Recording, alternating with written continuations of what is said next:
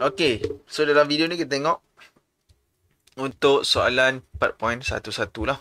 4.11.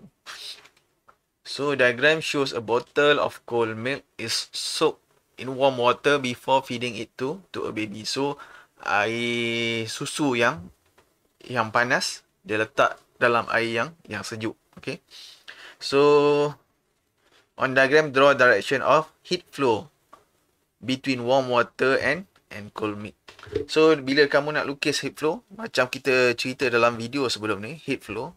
So daripada panas, okay, kita ada dua objek yang berlainan suhu. Okay, so this one is warmer. Okay, mungkin suhu dia dalam 60 degree Celsius. Kemudian kita ada air sejuk.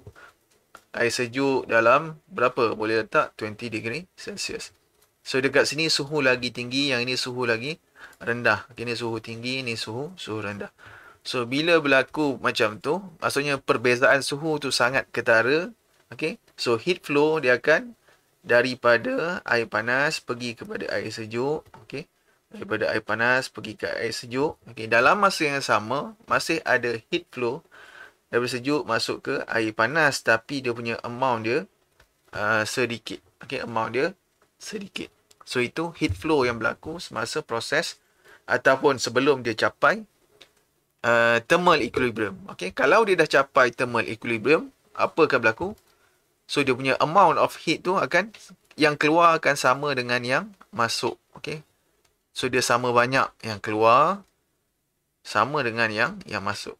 Okay, pada keadaan awal, bila perbezaan suhu tu tinggi sangat, so dia macam ni lah. Okay, yang keluar tu lagi banyak daripada air panas tu, nak masuk ke air sejuk lagi banyak compare kepada yang sejuk nak masuk ke air panas. Okay, tu heat flow Okay, kemudian B, what happened to temperature of both liquids after 10 minutes? So apa berlaku selepas 10 minit? Okay, selepas 10 minit. Dalam ni ada bagi tahu apa-apa tak? Ada keyword apa-apa tak? So tak adalah. Okay, so dalam ni kita kena assume benda ni dia dah capai apa yang kita panggil sebagai thermal equilibrium.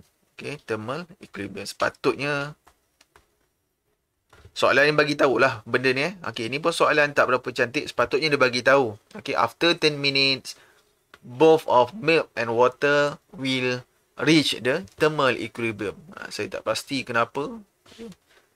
So sepatutnya dia sebut benda ni So soalan ni ada sikit cacat lah. Kalau tak, kita memang tak boleh nak agak 10 minit tu, kan? Dia sama ke tak sama ke?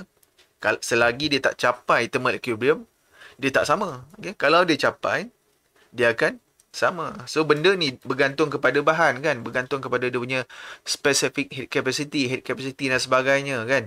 Ada banyak lagi faktor lain. So dalam soalan ni kita assume benda ni thermal equilibrium So what happened to temperature of both liquid after 10 minutes? Maksudnya selepas masa yang lama lah Selepas masa yang lama 10 minit. So kita boleh anggap bila selepas masa yang lama, benda ni akan capai suhu yang ataupun dia akan capai thermal equilibrium. Okay, so bila capai thermal equilibrium, ataupun dalam soalan sebut bila dia capai thermal equilibrium, so suhu dia akan sama. Okay, so they will reach temperature. So temperature of both liquids, salin balik kan.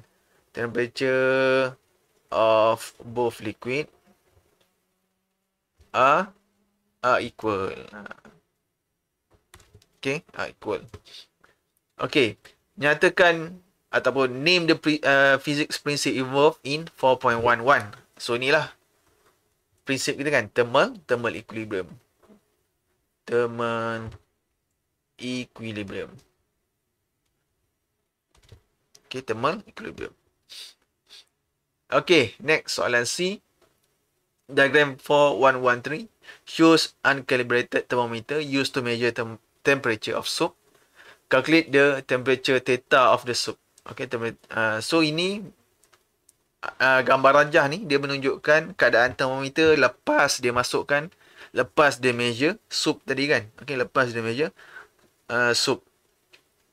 So macam mana? So dekat sini kita tengok label. Dia dah label dekat sini. Gambar pun tak berapa clear Gambar tak berapa clear. Saya rasa okay.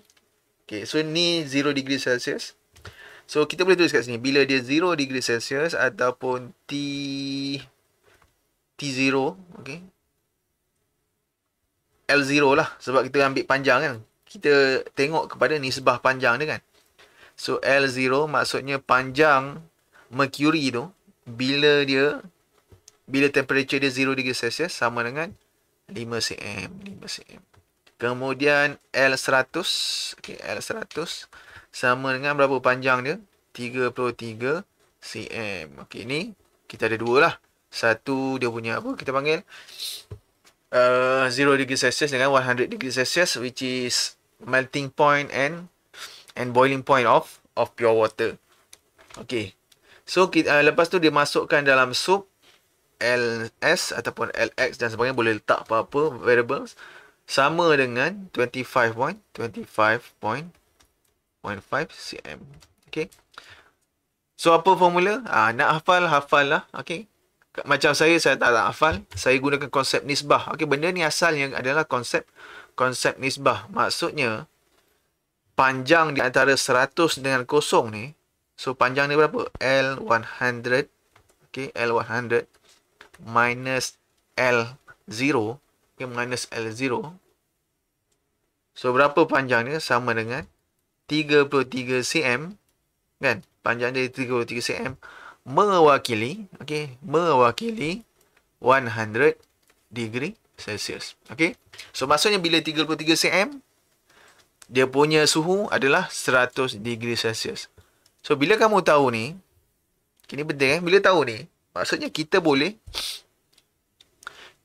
dapatkan berapa nilai suhu yang diwakili oleh 1 cm. Okay, berapa nilai suhu yang diwakili 1 cm. Macam mana nak dapat? Okay, senang je. 33 cm. Kita ada 33 cm kan? Bahagilah dengan 100 degree Celsius tu. Kita terbalik. Salah terbalik. Okay, kita ada dalam 33 cm tu, kita ada 100 degree Celsius. So 100 degree Celsius bahagi dengan 33. Okay. So kamu akan dapat dia punya nilai berapa suhu yang diwakili oleh 1 cm. Okay. Lebih kurang 3.03 kan. 3.03 degree Celsius. Okay, itu untuk 1 cm. So bila dah tahu nilai untuk 1 cm, kamu measure lah berapa panjang. Okay, berapa panjang yang diwakili oleh 25.5 cm tadi. Okay. Oh, sorry, ini silap L100 tolak L0. Maksudnya kita nak panjang, beza panjang antara L100 dengan L0. Berapa dia punya jarak tu antara 100, antara kosong nak capai 100. Kenapa tak boleh ambil 33 ni? Okay. 33 ni kalau tengok pada termometer, dia mewakili suhu daripada 100 sampai satu suhu yang kita tak tahu berapa nilai kat sini. Kan? Tak tahu berapa nilai kat sini. Boleh jadi negatif 20, boleh jadi negatif 10 dan sebagainya. Okay. So kena ambil beza tu kan. Contohnya kalau dekat sini negatif 10, yang ini 100. So berapa tu suhu untuk panjang 33 cm?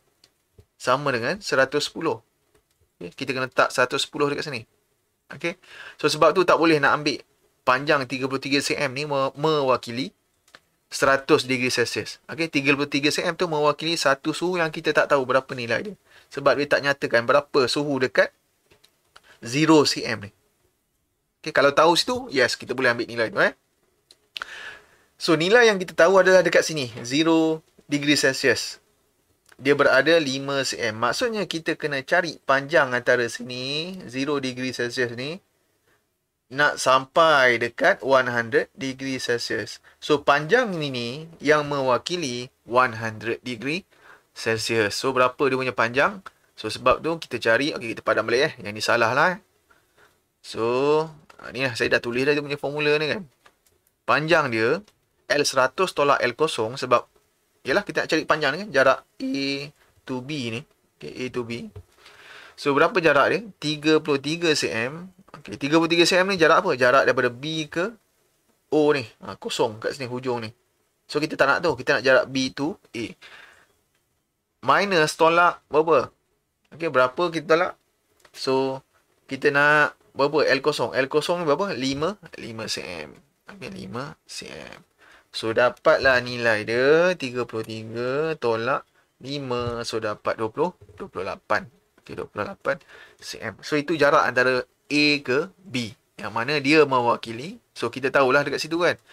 Kita tahu bahawa 28 cm tu mewakili memberi nilai 100 degree Celsius.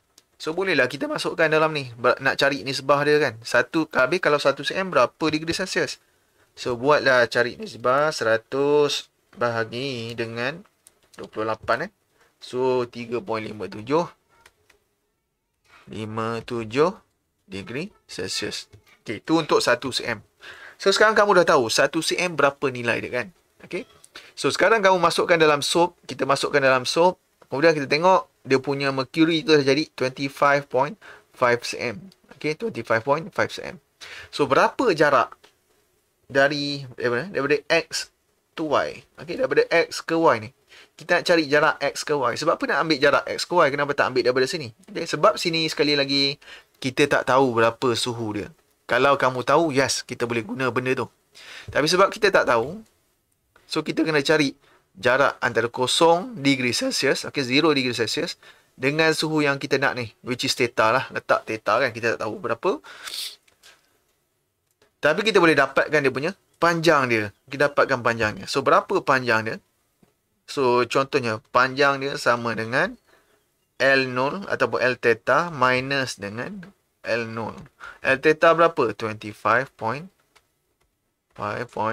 cm tolak dengan 5 cm. So, dapat 20.5 cm. Okay, dapat 20.5 cm. So, ini panjang dia. So, tadi dekat atas ni kita cari kan. Kalau 1 cm sama dengan 3.57. Habis sekarang kita ada 20.5 cm. So, agak berapa? Macam mana nak cari? 1 cm 3 degree Celsius. Kalau 20. So, darabkan sahaja. Okay. So, untuk theta sama dengan panjang tu 20.5. Unit ni salah ni. Bukan degree Celsius. Ini adalah degree Celsius per cm lah. Okay, per cm untuk 1 cm.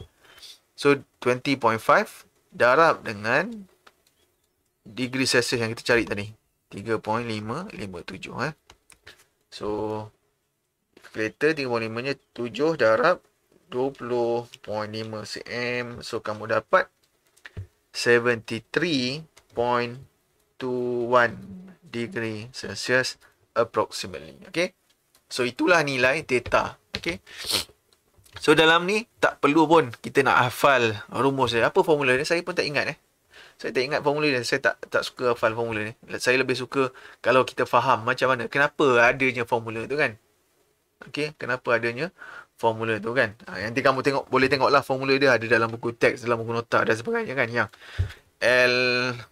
tak silap saya, L theta minus L0 bahagi dengan L100 minus L0 sama dengan apa tolak suhu dia kan pula 100 tolak 0 bahagi dengan berapa suhu yang kita nak saya tak ingat dah formula. Nanti kamu boleh tengok Okay.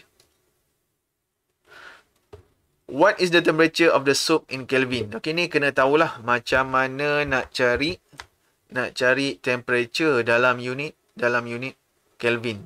Okay, macam mana nak cari temperature dalam unit Kelvin. Okey, macam mana nak cari dalam unit Kelvin? Senang saja, tambah dengan 273. So, kita dah tahu theta. So, theta in Kelvin ataupun boleh buat T symbol, temperature in Kelvin sama dengan theta plus 273 Kelvin. So, kamu akan dapat tambahkan sahaja nilai itu dengan 273,346 346.2 Kelvin. Okey. So, itulah cara kita nak kira panjang ataupun suhu dalam termometer. Okey, uncalibrated thermometer. Maksudnya 0 degree Celsius tu bukan kita start dekat situ. Okey. Dia ada nilai dia, dia dah ada panjang dia. So, kena gunakan nisbah, konsep nisbah. Apa yang kamu belajar dalam maths. Nak guna formula tak ada masalah. Gunalah. Tapi kamu akan rugilah. space memori kamu nak menghafal formula tu kan. Bila dia ubah sikit soalan dah pening. Macam mana nak masukkan nilai dan sebagainya. Okey, yang penting kita faham kenapa kita buat formula ni. Okey, dia datangnya daripada konsep nisbah. Konsep nisbah. Okey, so itu sahaja untuk soalan kali ni. Terima kasih.